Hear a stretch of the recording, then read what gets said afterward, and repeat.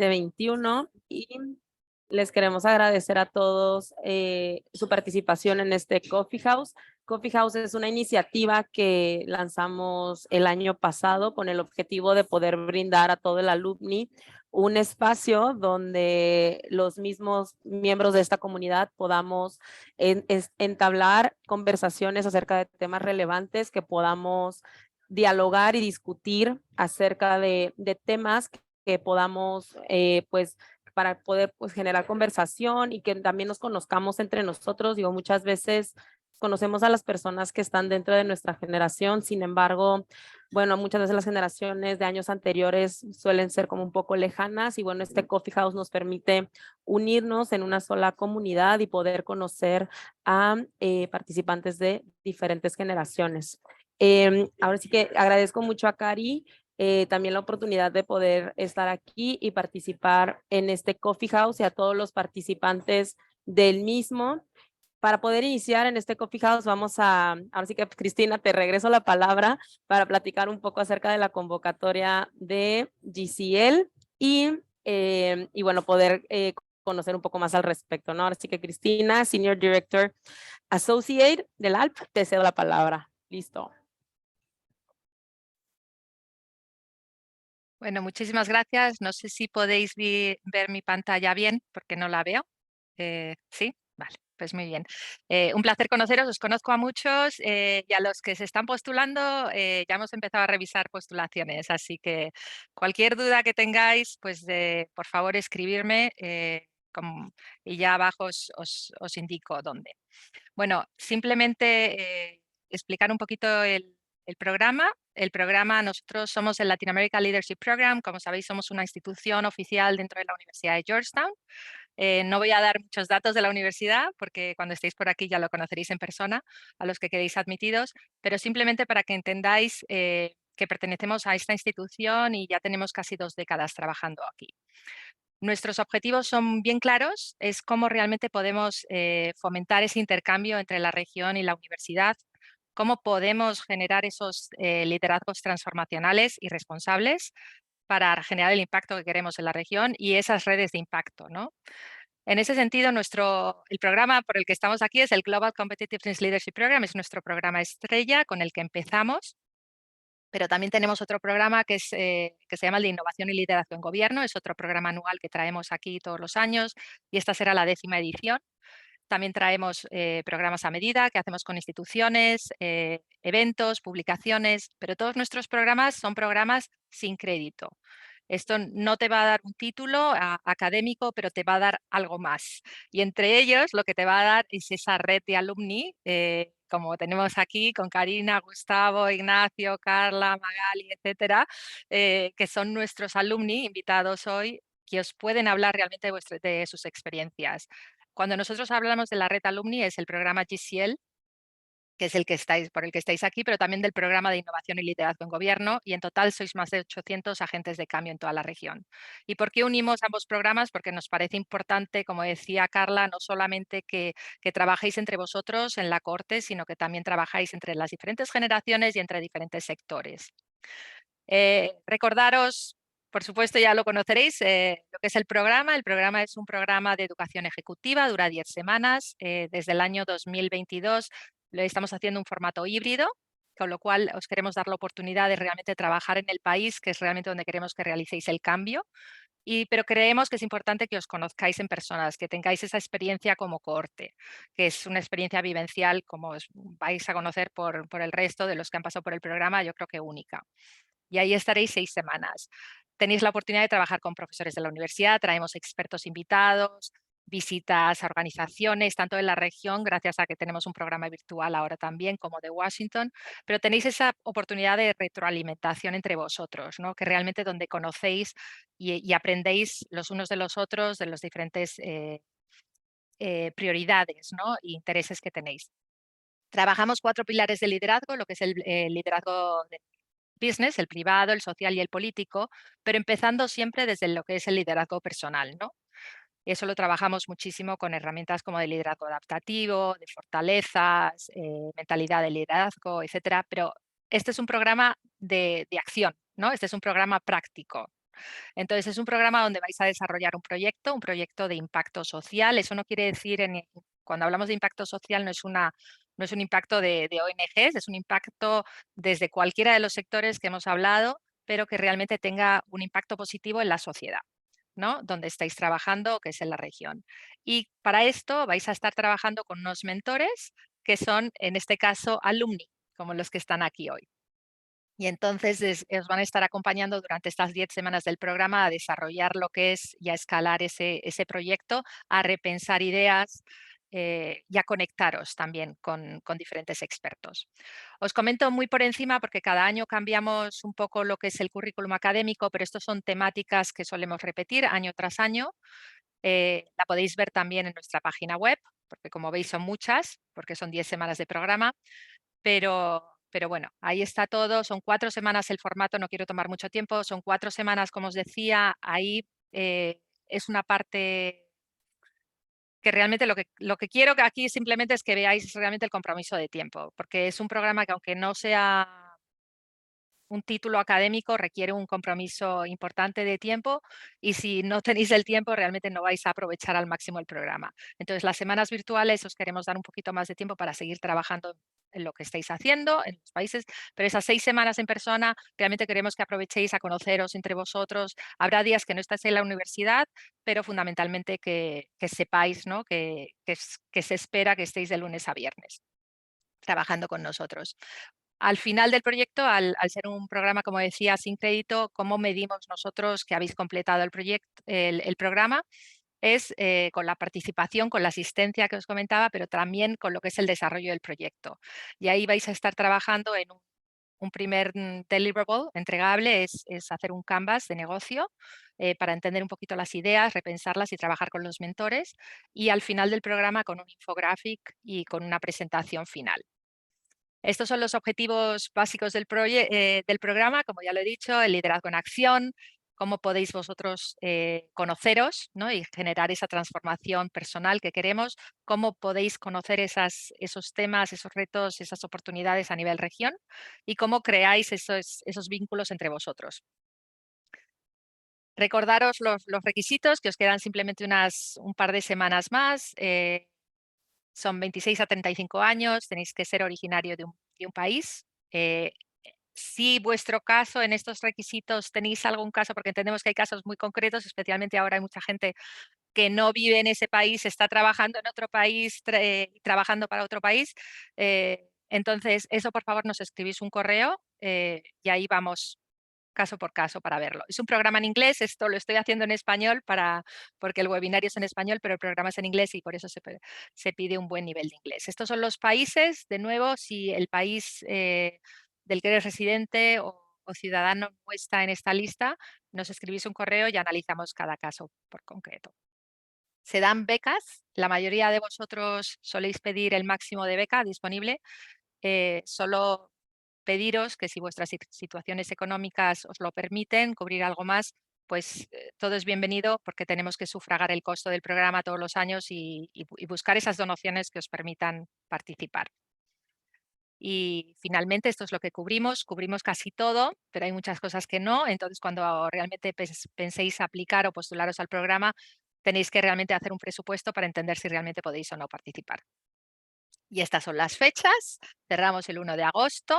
De los meses de septiembre, octubre estaremos revisando y haciendo entrevistas. El 6 de noviembre es la notificación de admisión a los que se han postulado.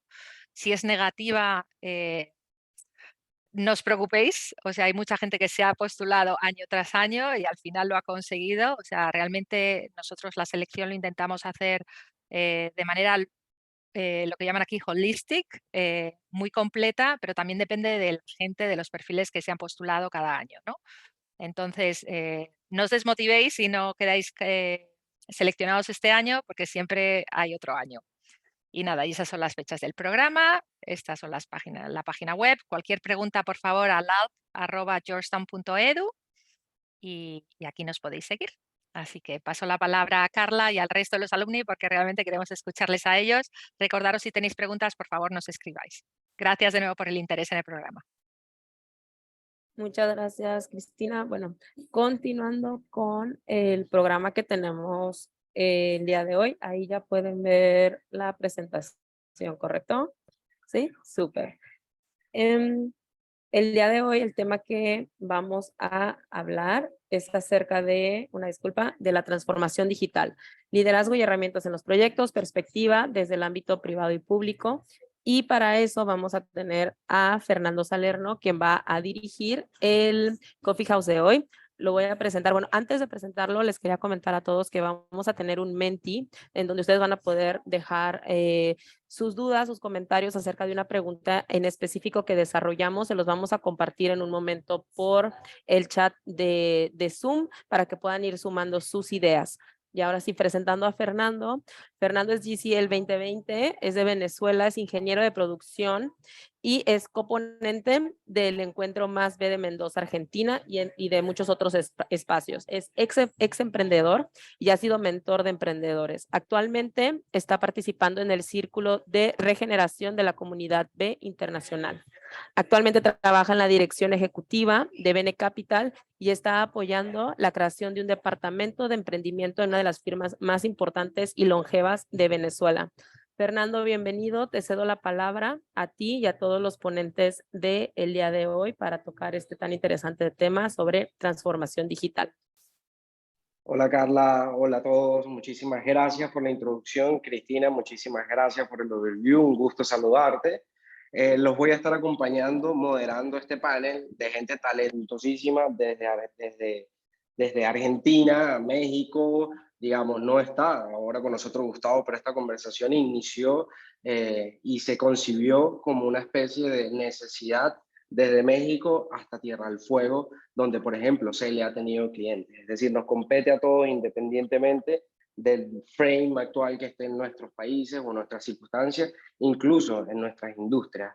Así, me permito presentar a Cele. Ella es GCL 2021 y de manera muy resumida tuvo a su cargo la ejecución del Plan Nacional de Hábitat y fue responsable de programas de financiamientos externos del Banco Mundial, BID y CAF. Actualmente es gerenta de innovación pública de Muni Digital, que es una startup que desarrolla software de GovTech y CivicTech para gobiernos de Iberoamérica e impacta la calidad de vida de 14.4 millones de ciudadanos.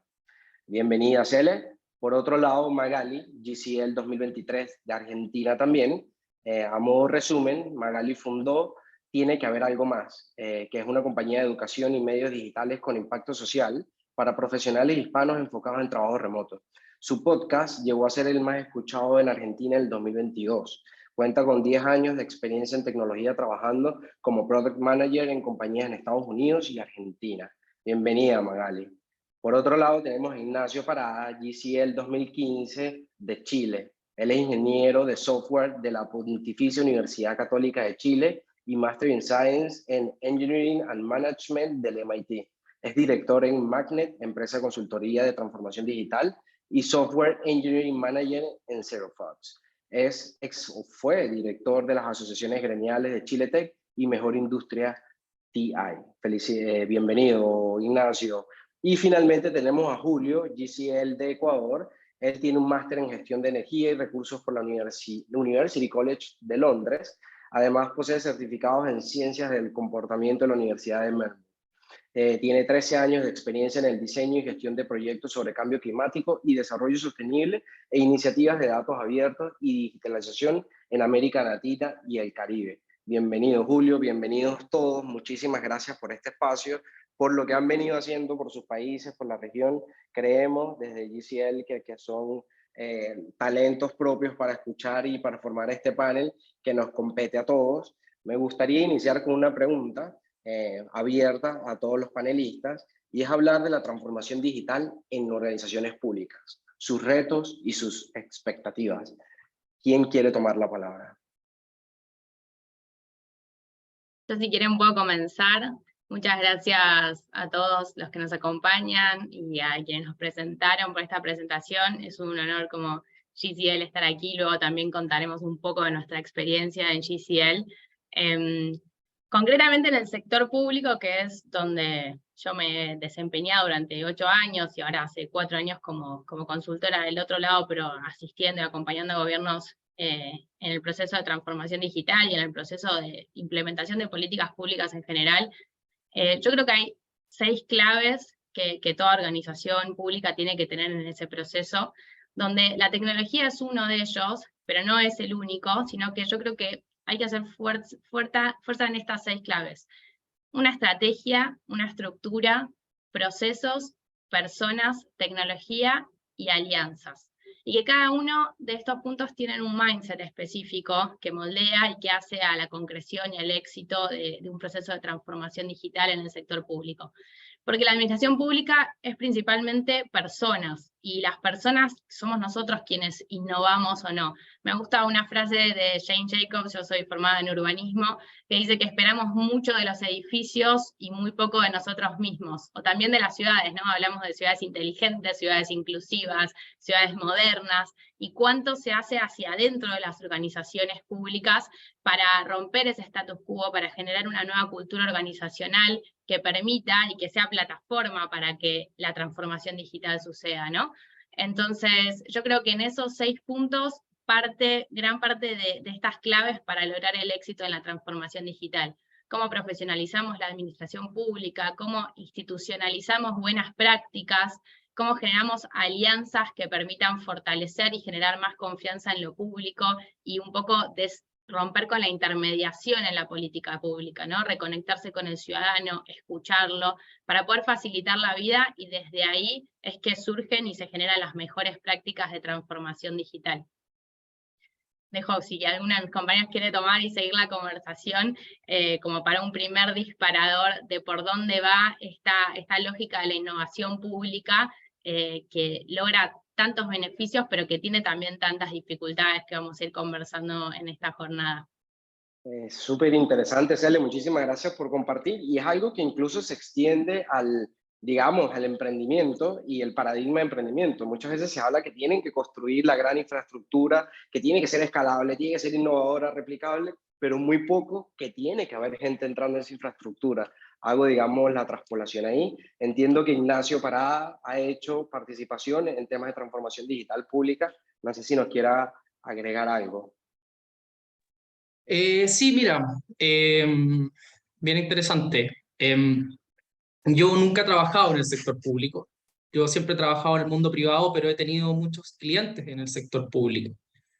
Y yo creo que lo más interesante ahí, podría hablar horas, pero creo que lo más interesante es el choque cultural que se da entre el mundo público y lo que es el mundo tech. Tú tienes desarrolladores, ingenieros de software que están acostumbrados a trabajar de una manera más relajada, en un mundo más ágil. O sea, de hecho, mírame cómo estoy vestido. Estoy con un sweatshirt. Y eso choca mucho culturalmente con la cultura del mundo público. Eso por un lado. Entonces, creo que es súper importante poder tender puentes, tener alguien en el mundo público que entienda como el lenguaje tech, o alguien en el mundo tech que entienda cómo funciona el mundo público, y para que pueda actuar como traductor. Y eso al final puede ser crítico en el éxito de un proyecto de transformación digital. Eso por un lado, y creo que otro punto importante es que muchas veces en el Estado se buscan estos proyectos gigantescos. No sé, pues están acostumbrados a construir carreteras, a construir hospitales, mientras que el mundo del software es mucho más ágil. Creemos mucho en los prototipos, en partir de a poco, en probar cosas, y eso también genera un choque cultural. Y eso, de nuevo, también es un choque cultural, pero no es exactamente el mismo al que me refería antes, sino que es más cómo se plantea un proyecto de transformación digital o de software. Yo creo, o sea, podría de nuevo hablar mucho, pero creo que esos 2 puntos son muy importantes a tener en cuenta, y muchas veces no se consideran tanto. Y es sin duda súper valioso, Ignacio, el tema cultural. Ya hemos visto cómo se han tratado de crear parques tecnológicos en la región, y por alguna u otra razón estos esfuerzos no han rendido los frutos, digamos, esperados, y quizás haya mucho del tema cultural, también mucha, digamos, resistencia o receptividad a que las cosas no funcionen, a que las cosas tienen que validarse, y muchas veces hay quizás un tema reputacional en cuando intentas algo y no funciona, cómo nuestras culturas, nuestros países ven este fracaso. Está interesantísimo. También entiendo que Julio tiene años y años de experiencia en la región y también esa experiencia se expande a temas ambientales y sociales. Julio, no sé qué nos quieras aportar. Sí, bueno, gracias Fernando y buenos días con todas y todos.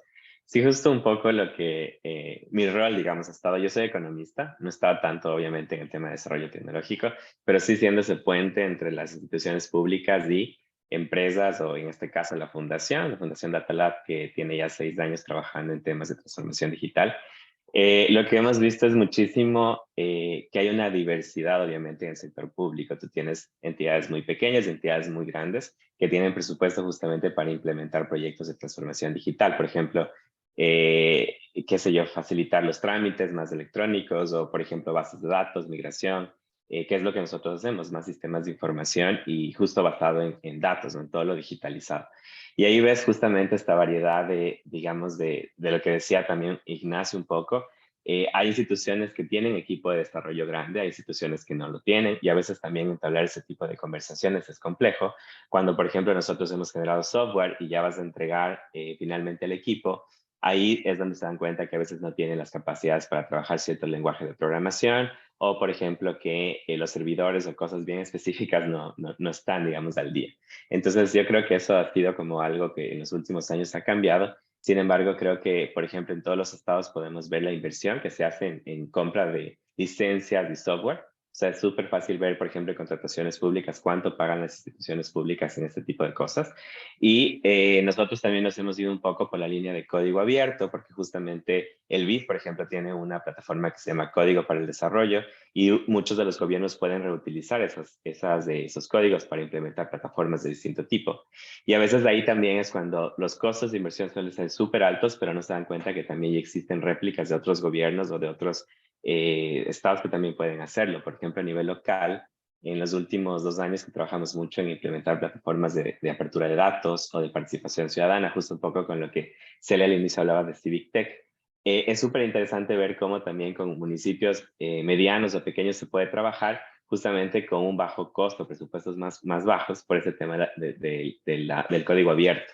Entonces, sí ha sido, al menos en el caso de Ecuador, donde hemos hecho más proyectos, sí ha sido súper interesante ver que ahora quizás con lo de transformación digital y todos los conceptos de, todo el mundo te habla de inteligencia artificial, de blockchain y cosas por el estilo, pero realmente cuando vas a ver la cantidad de proyectos implementados es mínima o es reducida, o en cada país, pero en Ecuador al menos, por ejemplo, casi no hay proyectos de ese estilo, ni siquiera tenemos APIs o APIs de consumo de datos masivos, o sea, hay cosas súper específicas que todavía faltan, y justo ponen el chat la interoperatividad de sistemas, es algo que poquito a poco va pasando en la región, y en algunos países ya están más avanzados, pero en nuestro caso, por ejemplo, todavía falta muchísimo, y ahí creo que es justo este tema del capital humano que hablaba Celia al inicio, de cómo también podemos enganchar no solo a la parte tech, porque al final quienes toman decisiones son temas de políticos o gente que está mucho más ahí, ¿no? Y que a veces no entiende por qué un presupuesto tiene que ser dirigido hacia la transformación digital. Entonces yo siento que hacia allá también tenemos que dirigirnos, y un poco ese es mi rol, ¿no? Tratar de también hacer un lenguaje, digamos, entre las partes, tanto la parte tech como la parte más de negocios o más de toma de decisiones, para que se entienda la importancia de la transformación digital. Y yo creo que hasta ahí voy a dejar para seguir la conversación. Gracias, Fernando.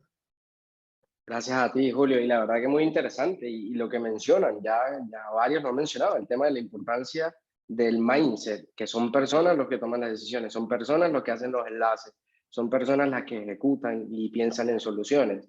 Ahí, Magali, empezando que eres una nómada digital en Argentina, tu podcast, ahí ya empezamos a hablar quizás de un tema de transformación digital, y es la manera en que, digamos, nos desempeñamos como profesionales y nos adaptamos. ¿Qué nos puedes contar al respecto, Magali? Sí, bueno, yo vengo a complementar los perfiles de los chicos, porque yo vengo del mundo privado. O sea, como soy ingeniera en sistemas, trabajando siempre en tecnología, tuve la posibilidad de ver como lo más avanzado de lo más avanzado en formas de trabajar y en herramientas y en cosas para probar. Entonces, para mí, algo que dentro de software hacemos espectacular, esto que se mencionaba como la agilidad, las pruebas y los testeos, también viene muy relacionado a productos de consumo digital y cosas y proyectos en los que yo trabajé, que un poco lo que lo que hacemos en Tiene que ver algo más es cómo llevamos buenas prácticas, en este caso de software, de ingeniería, de startups, que no se aplican casi en ningún otro lado, a otras industrias. Entonces ahí me parece que hay una posibilidad de traer como cross industria, cosas que funcionan, que ya se probaron, metodologías que usamos para esto que vos mencionabas, como hacer que los fracasos no sean fracasos, poder probar cosas más rápido, minimizar los errores, no esperar 3 años para lanzar un super proyecto después de darte cuenta que los requerimientos cambiaron y que las cosas ya no eran así, el mundo cambió. Entonces, esas cosas me parece que culturalmente es de lo mejor que tenemos dentro de startups y a la vez tecnología, donde tenemos que estar a velocidad de la luz, como solucionando problemas con los usuarios en un contexto que cambia muy rápido. Es súper importante. Y de hecho, en el sector público, en el sector privado también se habla, o por lo menos se pide algo de entrepreneurial mindset, ¿no? Cuando hay, digamos, vacantes profesionales. Ahí está la adaptabilidad, la resistencia, digamos, a frustrarse muchas veces, a probarlo, a tratar de conectar puntos. Está espectacular. Me gustaría leer, gracias Magali, me gustaría leer una pregunta de Carlos Carrasco, no sé qué opinan los panelistas. Dice, pregunta abierta: ¿la interoperabilidad para la transformación digital debe venir desde las directrices del Estado o bajo una dinámica más orgánica por parte del sector privado? ¿Cuáles son sus consideraciones? Saludos. ¿Quién de ustedes quiere tomar la palabra? Yo algo escribí ahí ya, pero claro, o sea, yo lo veo acá desde dos puntos de vista, o no desde dos puntos de vista, desde el lado, de nuevo, privado y público. Si lo que estás hablando es sobre interoperabilidad de datos, por un lado, creo que se debiera legislar para que la mayoría de las instituciones públicas que tengan datos útiles para la sociedad contengan APIs abiertas, ¿ya? ¿Por qué? Porque eso también le abre la puerta a los privados a hacer investigación de esos datos, a ayudar con esos datos. Se pueden hacer, o sea, por dar cualquier ejemplo, si tienes abiertos datos de COVID, si tenías datos abiertos de tasa de hospitalización, de uso de hospitales, qué sé yo, un privado podría tomar esos datos y entregar una solución de optimización de recursos, por dar un ejemplo que se me ocurre ahora en este segundo. Entonces, por un lado tienes eso, que no solamente también es para proveer soluciones, sino que también de fiscalización, también para generar interoperabilidad entre instituciones del Estado. También es muy útil, y eso debería venir por ley. Y después, creo que hay ciertas instituciones privadas que también deberían ser, entre comillas, forzadas por el Estado a contar con APIs abiertas. Por ejemplo, banca. Eso te genera, te ayuda a generar un ecosistema de open banking que le da mejores servicios a tus usuarios, a tus ciudadanos, genera mayor transparencia, etcétera, etcétera, etcétera, etcétera. Entonces, si bien, claro, la implementación debiera ser privada, creo que debería haber un incentivo muy fuerte de parte del Estado de obligar tanto a las instituciones que están bajo su control, las instituciones públicas, y ciertas instituciones privadas que se consideran que, de nuevo, son críticas o pueden traer un gran beneficio. Obviamente no a todos. Genial, genial. Muchísimas gracias, Ignacio. Y en la medida que vayamos avanzando, pueden ir poniendo sus preguntas en el chat. Vamos a tratar de atenderlas. También recordarles que tenemos el 20 que mencionó Carla. Ahí está el link. Y ya con esto podemos avanzar a la siguiente pregunta, que es básicamente hablar de la transformación digital, pero de las organizaciones privadas. Los retos, cuáles son las expectativas. No sé aquí quién de acá quiere tomar la palabra. Si querés, empiezo yo con esto.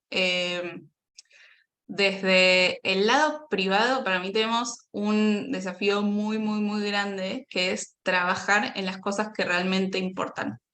Como cambiar esta mentalidad desde líderes, micromanagers, el concepto de cumplir horas y estar en la silla, porque eso no mueve la aguja, eso no trae resultados. Entonces, requiere no solo como un cambio de mentalidad de los empleados, sino también de los líderes. Esto tiene que venir de arriba hacia abajo en la estructura, de esto que vos decías como del espíritu emprendedor, que se llama entrepreneurship en compañías.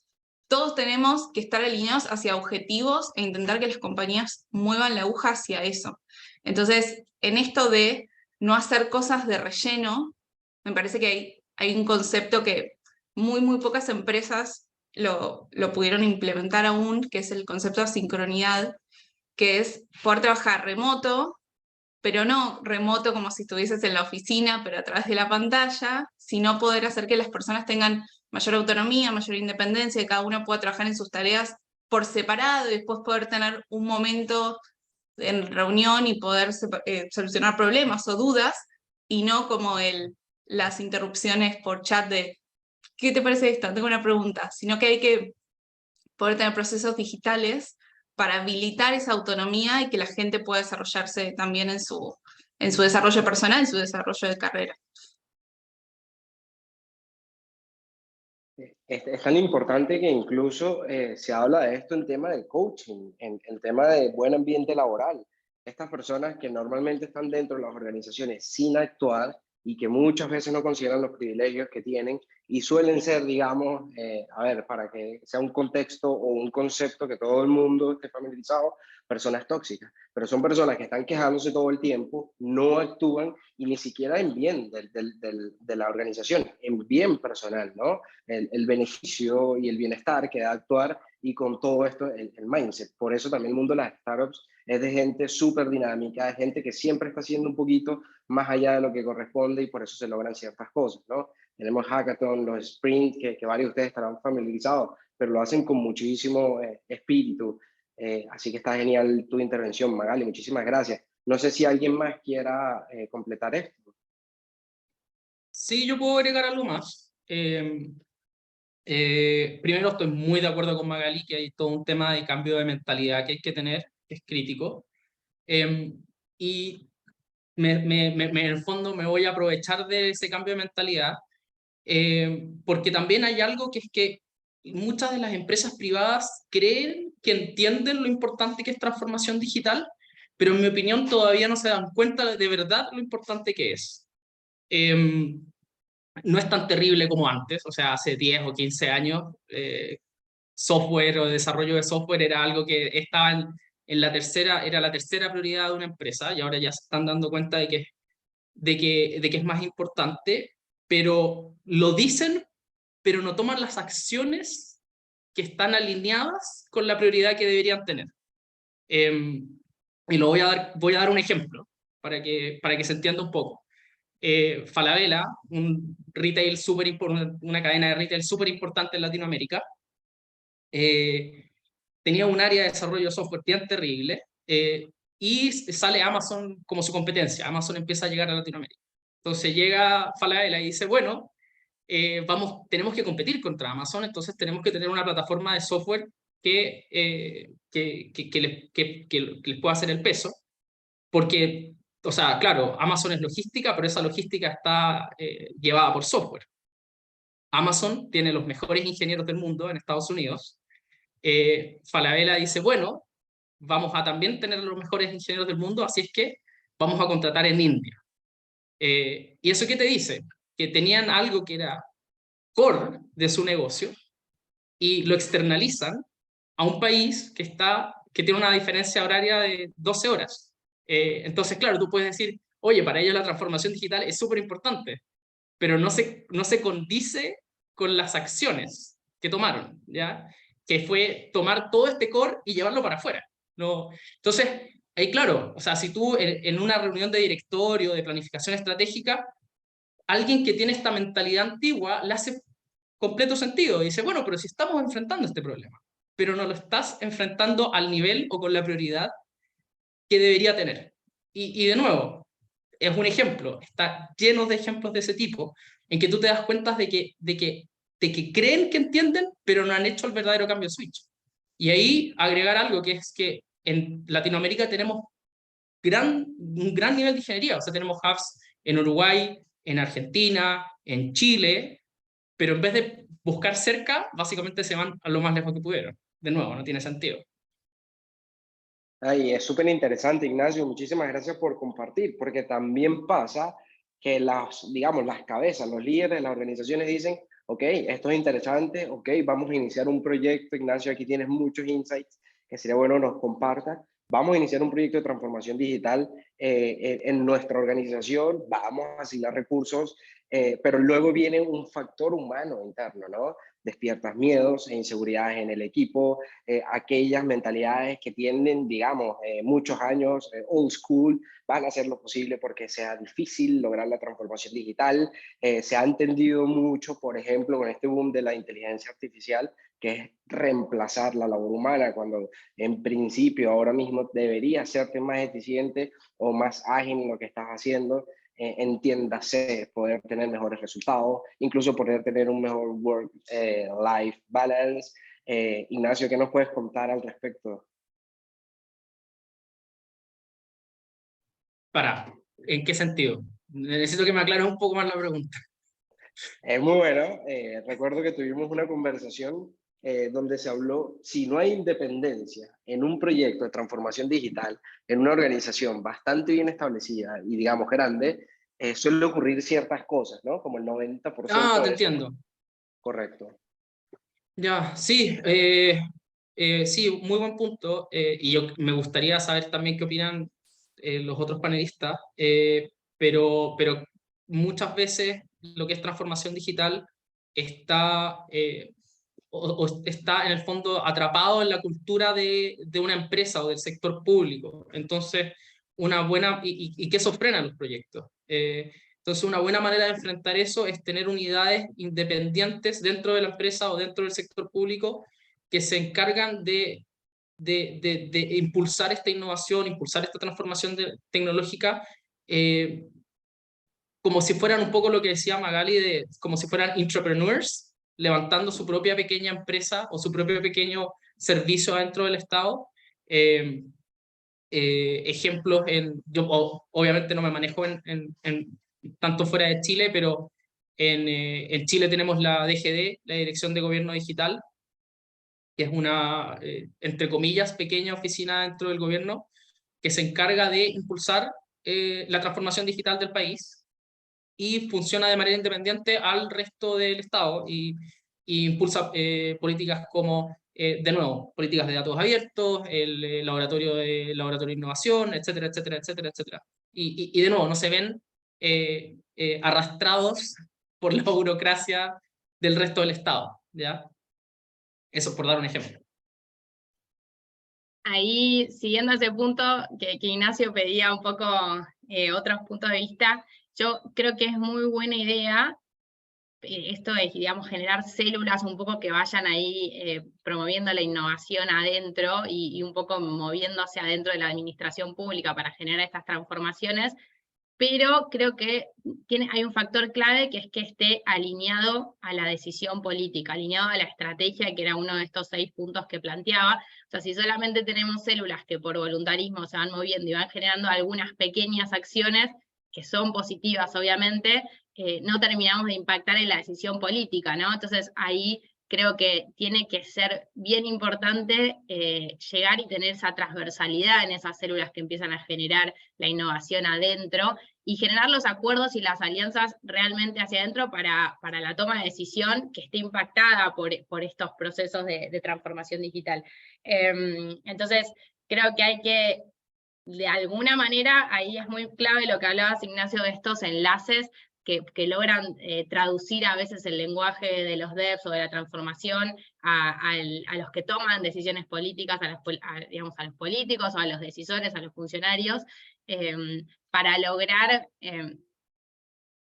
hablar su propio lenguaje, hackear esos sistemas y esas cuestiones. Antes conversábamos de esta cuestión de la aversión al riesgo, ¿no?, que hay adentro del sector público. En el sector público, esto que decía Magali, que es espectacular, de iterar, de probar a pequeña escala, generar pilotos, no es algo que está en el ADN de estas personas que hacen a la administración pública. Entonces, desde ahí es que hay que empezar a hackear ese sistema, que a veces es como muy robusto, muy difícil de moverse, de dar un paso, porque el paso es enorme en lugar de ir planteando y descomponiendo los problemas públicos. Entonces, eso me parecen unos puntos importantes a agregar.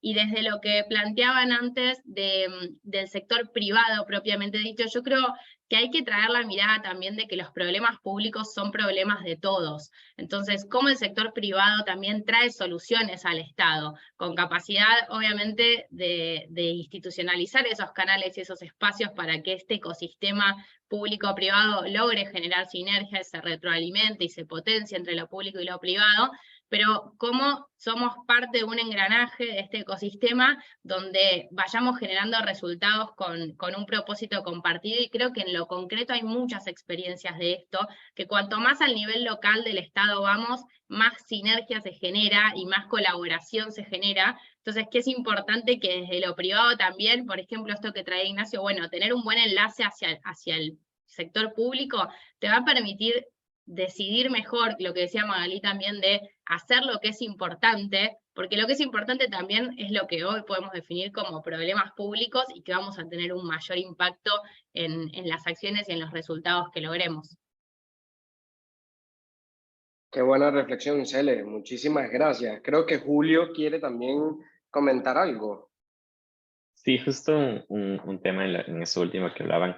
Bueno, nosotros de lo que nos ha funcionado un poco también es trabajar con los gremios, porque justo como en el chat creo que puso Flor, no todos saben cómo hacer esta transformación digital y para qué les sirve y demás. Entonces, por ejemplo, con las cámaras, con estas asociaciones o gremios, porque hay distintos tipos de sector privado. Por ejemplo, en Ecuador existen las empresas de economía popular y solidaria, que son muy pequeñas, son asociaciones, pero al final son sector privado. Y muchas de estas ni siquiera tienen un sistema de información, no cuentan con equipos y muchos digamos, brechas que tienen ahí. Entonces, trabajar con los gremios nos ha funcionado un poco para tener estrategias donde, por ejemplo, la Cámara de Comercio de Quito, que tiene X asociados, con ellos trabajar con los distintos niveles, porque tienen pequeños, medianos y grandes socios. Estos temas de transformación digital ha funcionado muchísimo. Y justo también promover con esos gremios iniciativas de retos de innovación, laboratorios, etcétera, del sector privado en colaboración con el sector público, también creo que está funcionando muchísimo ahora, pero liderados más desde el área privada. Incluso ahora tienes como ya startups que están enfocadas en GovTech y están proveyendo de servicios específicos a muchas instituciones públicas de distintos niveles, sobre todo a nivel urbano. Yo veo a nivel de ciudades, por ejemplo, hay un montón de startups que están teniendo como, ahorita justo estamos diseñando un reto en Ecuador que va a ser con la Asociación de Municipalidades, para incluir ese tema de cómo pueden también colaborar con los startups o con las empresas privadas que están desarrollando ya algunas soluciones a problemas puntuales de la ciudad. Entonces, yo siento que ahí también esos nexos son súper importantes de ir generando, pero no perder de vista que igual el sector privado tiene unas lógicas mucho más rápidas quizás, y también, digamos, la toma de decisiones hoy debería estar basada como en evidencia, en datos que tienen, y muchos ni siquiera cuentan con sistemas de información. Entonces, de ahí también tienes un vacío súper fuerte y eso hay que llenarlo, que es que cuenten con sistemas mucho más actualizados, levanten data en tiempo real y entiendan también el valor de los datos, más ahora que ya vamos a estar como súper digitalizados con temas de herramientas de inteligencia artificial y demás. Si no ven el valor en la data que ellos mismos van creando y van teniendo, creo que ahí estamos un poco perdidos. Y lastimosamente yo he visto en el sector privado nuestro que hay todavía muchísima resistencia hacia eso, ¿no? Y para mí es algo básico que ya deberían todas las empresas contar con un plan de gestión de datos, una estrategia de digitalización de por medio, y todavía yo he visto unas falencias enormes. Entonces creo que también por ahí podría ir un poco la discusión. Sí, súper buen aporte de ambos. Gracias, Julio. Gracias, Ele. La verdad que también está ocurriendo un fenómeno y es que los emprendimientos GovTech, Smart Cities, and so on, están ganando protagonismo. Y en la región, por ejemplo, vimos cómo CAF invirtió en un emprendimiento venezolano en temas de Smart Cities, se llama Bicuba, y puso un miembro de CAF en el board de este emprendimiento. Es una manera en que el sector privado vaya liderando esta transformación digital, quizás desde el emprendimiento per se. Pareciera interesante también tener eso en el radar. Magali, no sé si te gustaría compartirnos algo. Sí, me quedé pensando, Cele, lo que vos dijiste esto del público que no tiene la agilidad. Creo que no es algo innato para nadie, pero en el privado tenemos como los incentivos alineados. O sea, después de la burbuja, el .com en los 2000, más la industria venture capital, creo que entre las dos cosas generaron una presión de cómo podemos demostrar resultados más rápidos. No es porque, creo que no es innato de la industria, sino como de dónde viene el dinero y qué resultados tenemos que mostrar. Por eso se mueve tan rápido. También porque los recursos, el talento en tecnología somos muy caros. Entonces, mezclado con esas cosas, hay un incentivo de decir, bueno, ¿cómo vamos realmente a mostrar resultados en corto plazo? Que parecería ser como todo lo contrario de lo que pasa en el sector público. Entonces, si no viene el incentivo desde arriba, es muy difícil cambiar la mentalidad de cualquier cosa, me parece a mí, como, o sea, si no tenés a alguien que te esté presionando para decir, bueno, esto es muy yankee igual, pero hay algo que a veces pensamos en tecnología que es como, ¿cómo lo que estás pensando lo puedes hacer 10 veces más grande o 10 veces más rápido? Que es para, se entiende como es una metáfora para meterle un poco de presión, pero te lleva a pensar cómo de la misma manera puedes un poco matar dos pájaros de un tiro para hacerlo mejor o más rápido o con menos recursos. Entonces, me parece que hay que, no sé cómo se empieza a incorporar como este tipo de pensamientos y metodologías dentro de industrias muy, muy clásicas.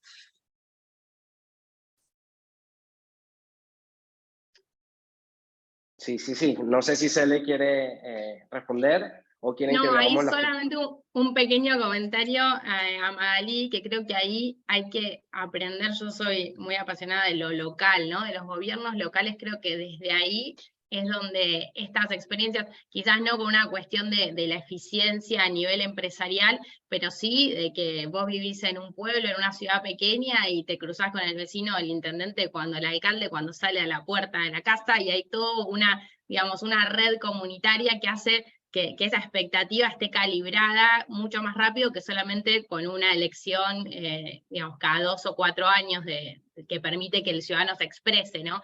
Entonces, yo creo que ahí, si desde la política pública vamos rompiendo esas intermediaciones, logramos reconectarnos con el ciudadano, escucharlo, como decía en el inicio, vamos a tener también desde ese lugar no solo la retroalimentación, sino también esta exigencia en algún punto de ser un poco más eficientes, más ágiles. El ciudadano hoy en día está exigiendo hacer más rápido los trámites, no hacer colas, o una cuestión que puede hacer de forma digital como habilitar un comercio, no tener que pasar por 10 oficinas distintas de un municipio. Y los municipios creo que están respondiendo muy bien, los ayuntamientos están trabajando en ese sentido, y creo que eso hay que ir llevando hacia arriba, ¿no? Un modelo más de abajo hacia arriba de cómo mejorar las administraciones públicas, aprovechando las prácticas del sector privado y también las prácticas en lo local, que van generando también de alguna manera distinta, ¿no? Con otros incentivos a los que dice Magali del sector privado, pero van generando mejores políticas públicas y más eficiencia, más agilidad en esto que es la innovación pública, que es un punto súper importante. Y te puedo agregar algo más acá en la pregunta que pusieron de cómo influye la desigualdad digital en el proceso de transformación en los países. Esto es un problema gravísimo para mí, porque los profesionales en tecnología tenemos que capacitarnos, pero a la velocidad de la luz. O sea, cambia todo mucho y muy rápido. Entonces, claramente, la gente se está quedando afuera. Y esto para mí es un problema estructural, como ya ni siquiera te hablo de poder tener acceso a internet y una computadora para poder trabajar, que eso ya de base es un problema gigante, pero si vos seguís haciendo lo mismo durante años, estás desaprendiendo. O sea, en la industria hay algo que se mueve tan rápido, todo el tiempo tenemos que estar estudiando, que es algo que quizás antes pensábamos que íbamos a la universidad y se terminaba nuestra educación.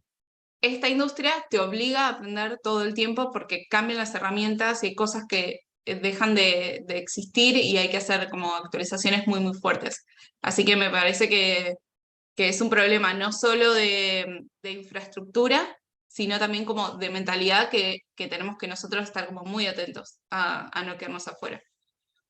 Es así, y hay conversaciones que hablan que necesitamos más ingenieros en la región, ¿no? pareciera que cada vez están grabando menos o no lo suficiente para poder, digamos, facilitar este cambio de mindset. Vamos un momentico al chat a leer un poco lo que nos han comentado.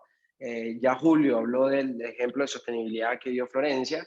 Juan nos comenta, los laboratorios de innovación suelen tener ese rol, pero si están desprendidos de la decisión política que menciona Celeste, tienen poco peso. Era apoyando tu comentario, Cele. Luego Clementina nos dice, también traducirlo a un lenguaje intergeneracional. Muchas veces se escucha que las personas con más años son las que se resisten a las transformaciones, pero también los mensajes y las estrategias no se ajustan para asegurar que todas las personas se sientan parte. Estoy totalmente de acuerdo. Luego tenemos a Luis que nos dice, ese es un buen punto, Clementina, la transformación digital puede agravar la brecha digital existente entre quienes tienen acceso y habilidades digitales y quienes no. Pregunta abierta. ¿Cómo está influyendo la desigualdad digital en el proceso de transformación digital en sus países y qué acciones se deberían tomar, tanto desde el sector público como privado, para abordar esta brecha? Es una pregunta que podemos, tomarnos un tiempito respondiendo, pero muy buena pregunta. Daniel le dice, es una muy buena pregunta. Me interesaría saber qué piensa Magali sobre este punto. No sé, Magali, si tienes un minutico para atender esta pregunta. Te la repito, Sí. ¿Cómo está influyendo la desigualdad? ¿Sí? ¿La tienes? Para mí, a ver, por un lado, le voy a tirar la pelota al lado público, que es que necesitamos infraestructura, como que si no hay internet, o sea, está en Buenos Aires, que decís, nunca se debería cortar el internet, se corta en Ciudad de Buenos Aires. Entonces, esas cosas, no hay, no sé, yo creo que no hay privado que te pueda salvar de la infraestructura básica, de proporcionar eso para habilitar. Y después, o sea, y ahí después en la otra parte yo siento que sí los privados podemos entrar como en esto de cortar la brecha. Por ejemplo, Tiene que haber algo más, es algo que estamos pensando mucho en cómo acercar oportunidades para personas que los tienen hacia trabajos remotos. O sea, cómo podemos subir como la calidad de vida y acercar a las personas a estas cosas que quieren hacer, pero que quizás por donde nacimos, o por no saber, o porque son nuevas, o porque nunca lo hicieron, es muy difícil alcanzar. Entonces, ahí en el cómo digitalizarse es algo que, por lo menos desde Tiene que haber algo más, estamos ayudando a cerrarlo. Muy bueno, muy bueno. Cele, ¿quieres opinar algo más? Ahí tomo la palabra, al menos ahora no soy funcionaria, estoy en el sector público ahora, pero sí durante mucho tiempo, y estoy obviamente de acuerdo con lo que dice Magalí. Hay una cuestión de infraestructura y de accesibilidad que es clave, que la brecha no puede estar dada por el acceso o por condiciones que sabemos que son básicas. También sabemos que hay cuestiones básicas en nuestra región de acceso a infraestructura de agua y saneamiento, ¿no? Entonces es muy grande el déficit que tenemos. Pero ahí también traigo una propuesta de valor de cómo trabajar público-privado. En mi caso, cuando me tocó estar a cargo de la política nacional urbana, al principio viniendo de un proceso de mucha corrupción en la obra pública, no quiero hablar con las empresas, se acercaba una empresa, le recibe un abogado del área y no intervenimos desde los funcionarios por esta cuestión, digamos, coyuntural del contexto, y luego fui aprendiendo que esas alianzas también las tenía que generar de alguna manera, y por ejemplo trabajando como decía Julio, con las cámaras, por ejemplo con la Cámara Argentina de la Construcción y demás, notamos que si nosotros podíamos en todos los pliegos de licitaciones de obra pública, de infraestructura que se enterrara, cualquier sea la infraestructura que se enterraba, pasábamos como un requisito que el tritubo, que es unos caños por donde luego pasa la fibra óptica, o cualquier manera, digamos, de conexión, lo podíamos plantear desde haciendo una obra de cloaca, porque lo más caro de enterrar la infraestructura para la conectividad es eso, ¿no? Hacer toda la obra. Entonces, era una cuestión muy simple que podemos decir, bueno, cada vez que hacemos una obra de infraestructura, de agua, de cloaca, de pluviales, podemos aprovechar esa instancia y enterrar, digamos, este caño donde después va a pasar la fibra óptica y va a permitir esta última milla que muchas veces faltaba para un barrio, una zona, para que pueda conectarse. Entonces, esas sinergias y esas alianzas que surgen de trabajar colaborativamente son las que también hay que promover, porque a veces no es solo la falta de presupuesto, sino esta creatividad para buscar las soluciones, y la accesibilidad y la infraestructura, que obviamente tiene que estar dada y planteada desde el Estado, también se pueden buscar mejores prácticas. Hay muchos, y vuelvo a lo local, hay muchas experiencias de cooperativas locales que llevan infraestructura, que llevan accesibilidad, que funcionan muy bien. Creo que ahí hay que seguir siempre con esta lógica de circularidad y de trabajar entre todos los sectores con el aporte que cada uno puede hacer. Espectacular, Cele, muchísimas gracias. Ya nos quedan pocos minutos, no nos vamos a despedir sin antes hacer, digamos, que cada uno diga unas palabras sobre las expectativas para la región en transformación digital, a ver si somos capaces de inyectar optimismo, si es verdad que hay optimismo, si no, no inyectemos nada. Pero Nacho, Ignacio nos quería comentar algo, una experiencia muy interesante que tuvo. Adelante, Ignacio. Sí, a ver, aprovecho de decir lo que, de tomar tu punto también, y yo creo que en Latinoamérica hay muchas oportunidades para hacer transformación digital. En mi opinión, la transformación digital puede cambiar empresas en el sector privado y puede cambiar vidas en el sector público. Un ejemplo que tengo es que nosotros trabajamos en el proceso de transformación digital de todo lo que es la migración en Chile, todo el proceso de migración chileno, que antes se hacía en papel. Yo visité las oficinas del Departamento de Migraciones y tenían tantos papeles que tenían los escritorios de los funcionarios llenos de papeles hasta arriba, postulaciones de gente que llegaba a vivir a Chile. Después tenían papeles alrededor de los escritorios, y cuando se llenó todo eso, compraron armarios para poder tener más papeles.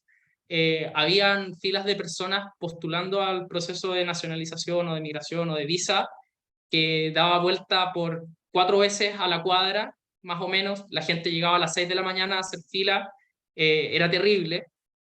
Y después de un proceso que fue muy difícil, todo eso ahora se hace online. Hay trazabilidad de datos.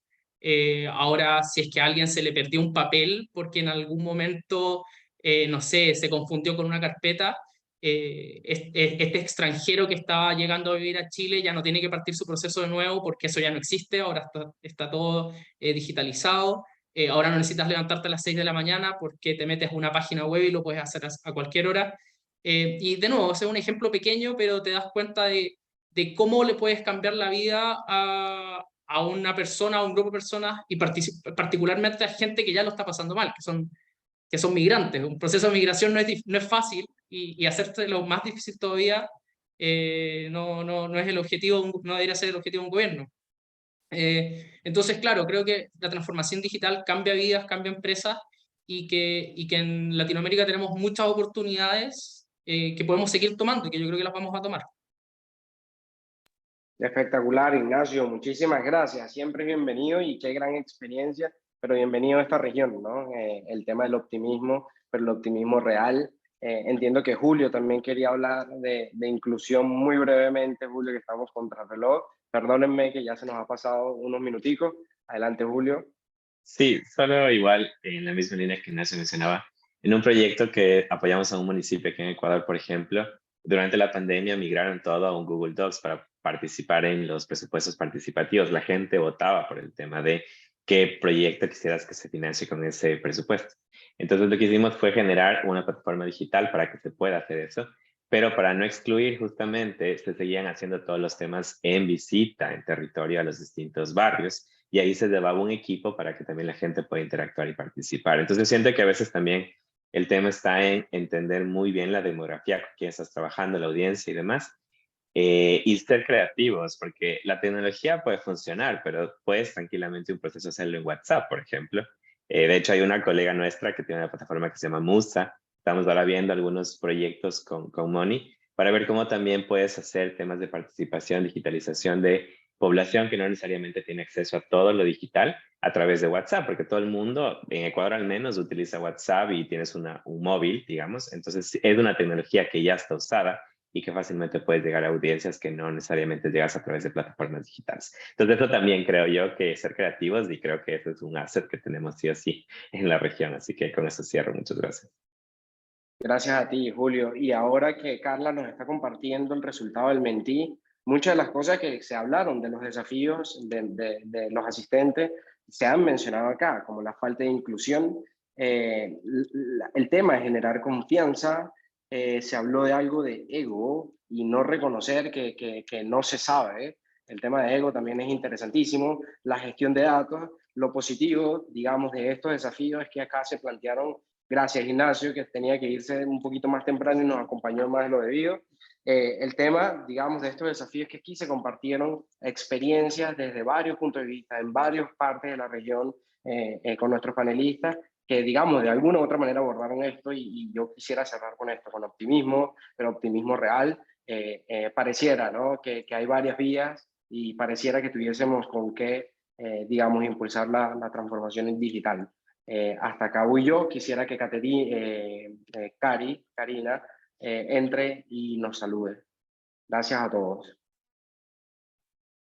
Bueno, Per, muchas gracias. Gracias a todos los panelistas, a todos los participantes por estar hoy presentes. Este es un ciclo más de los Coffee House que hacemos en el marco de la red de alumni. Como les poníamos en el chat, nos encantaría que si esta charla, esta instancia les gustó y fue productiva para ustedes, puedan compartir con más personas este tipo de instancias y bueno, ir sumando cada vez a más participantes.